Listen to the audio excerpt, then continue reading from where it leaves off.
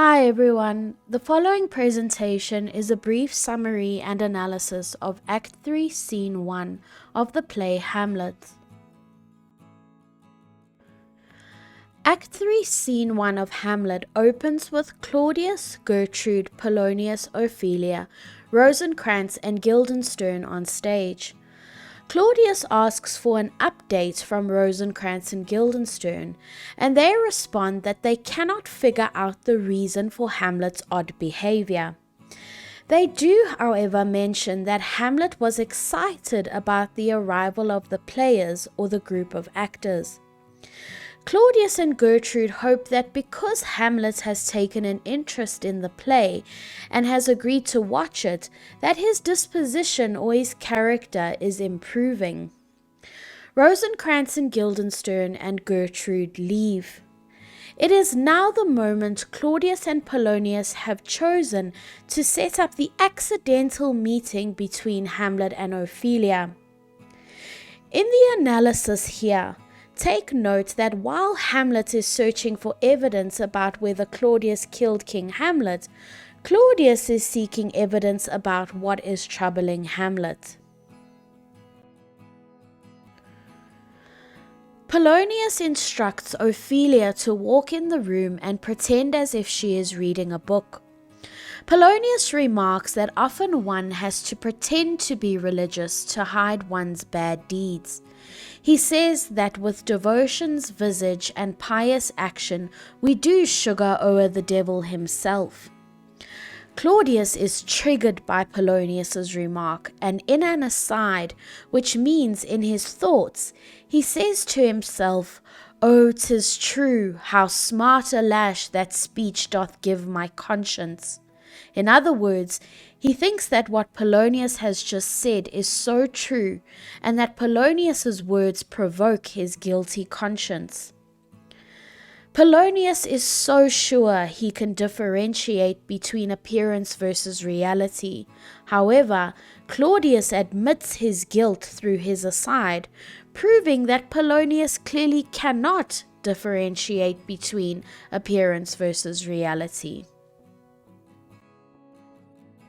At this moment in time, Hamlet walks in.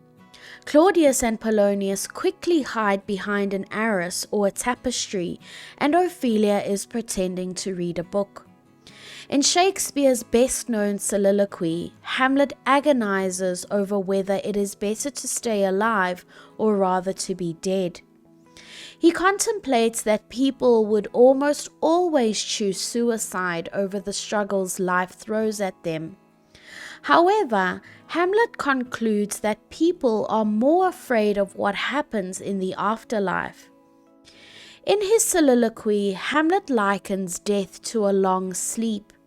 He says in our sleep we often have bad dreams. He asks himself, what if the afterlife is merely one long nightmare? If that is the case, then perhaps it is the lesser of the two evils to simply face the struggles life gives. Before he can come to a solid conclusion, he spots Ophelia.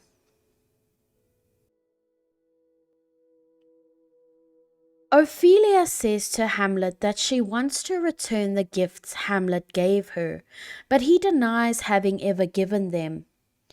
Hamlet asks Ophelia if she has been honest or faithful to him. Hamlet remarks that beauty corrupts a girl's faithfulness. Becoming angry, he tells Ophelia he loved her once, but then claims he never actually loved her at all. He commands her to go to a nunnery, which can mean a convent where Ophelia would have to remain chaste for the rest of her life, rather than become a breeder of sinners, as Hamlet says. The other possible meaning in Elizabethan slang is a brothel, because then, Hamlet insinuates, Ophelia can spend her days continuously being an unfaithful woman. He condemns women for hiding their faces behind makeup. Figuratively, he means hiding who they truly are with their charm and beauty. Hamlet becomes really insulting and mean towards Ophelia when he says if she should marry one day, his wedding gift to her would be a curse, that no matter how faithful to her husband she is, she will always have the reputation of being promiscuous. Hamlet storms off and leaves Ophelia heartbroken. Hamlet has said some really hurtful things to Ophelia in this scene. His dislike of women is evident. He condemns women for hiding who they really are, like women would wear makeup to cover up their faces. Hamlet feels betrayed by the most important women in his life, his mother Gertrude, and also by Ophelia. Remember that Polonius and Claudius have witnessed this entire encounter between Hamlet and Ophelia. Claudius, from his hiding place, decides that Hamlet is not lovesick for Ophelia, nor is he insane. Rather, he thinks Hamlet is brooding or in very deep thought about something, and that this will lead to something dangerous that could threaten Claudius's position as king. His immediate decision is to send Hamlet to England. We can ask ourselves, does Claudius suspect that Hamlet knows something about the murder? Whether he does or not, Claudius wastes no time in acting. Claudius's immediate action in this scene is something you could discuss in an essay, should the question about action versus inaction appear in an assessment. Even though Polonius has just witnessed the interaction between Hamlet and Ophelia, he is still bent on his theory that Hamlet's madness is entirely because of his lovesickness for Ophelia. Claudius has already come to the conclusion that Ophelia is not the reason for Hamlet's behavior, but Polonius is insistent that it is. To further try and prove his theory and meddle yet again, Polonius suggests that after the play, Hamlet should be summoned to speak to Gertrude, where he will again eavesdrop or spy on the conversation.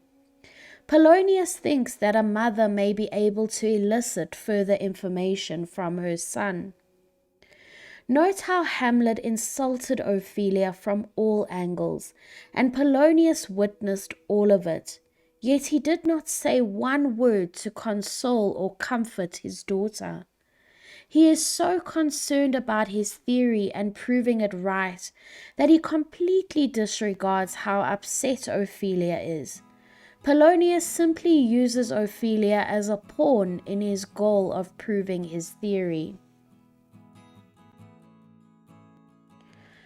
Thank you for watching this presentation on Act 3, Scene 1 of Hamlet. Please be sure to subscribe to my YouTube channel and to give my Instagram and TikTok pages a follow at English_is.love for more English content.